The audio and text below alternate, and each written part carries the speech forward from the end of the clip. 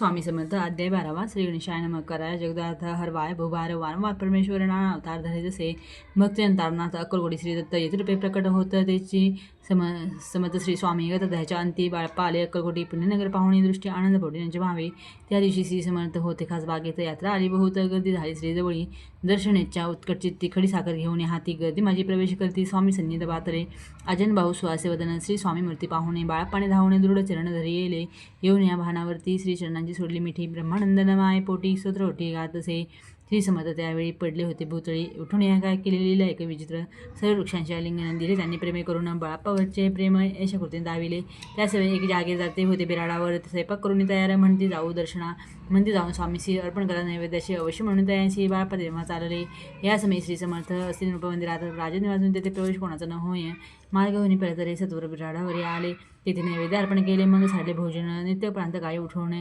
षडकर्माते आचरण घेऊन स्वामी दर्शन जपा लागे वैसावे श्री शंकर उपासी दैवत त्यांचे करावे पूजन नित्य मध्याने येता आदिती जपा अनुष्ठान आटपावे करी झोळी घेऊन श्री स्वामी जवळ येऊन मस्तक ठेवून चरणी जावे भिक्षे कारणे मागून या मजुकरी मग यावे बिराडावर जी मिळेल भाजी भाकरी त्यांनी पोट भरावे घ्यावे स्वामी दर्शन मग करावे अनुष्ठान याचा प्रकार करून अक्कलकोटी राहिले चळपा आधी करून सेवेकरी बहुजन त्यात संध्याबाई म्हणून मुख्य होती त्यावेळी एके दिवशी तयाशी बाई आज्ञा करी यायशी आपण श्री सेवेशी करता जावे आनंदे बहुजन सेवेकरी मुख्य तिचे व्यवस्थित होता पाहिजे या कारणे आपसाचं भांडण होते सदर स्वामी सेवेचे तेथे व्यवस्थित होत असे हे बाळाप्पाने पाहुणे नाना युक्ती योजना मोडून टाकले भांडण एकच सर्व केले बाळाप्पाची प्रेमळ भक्ती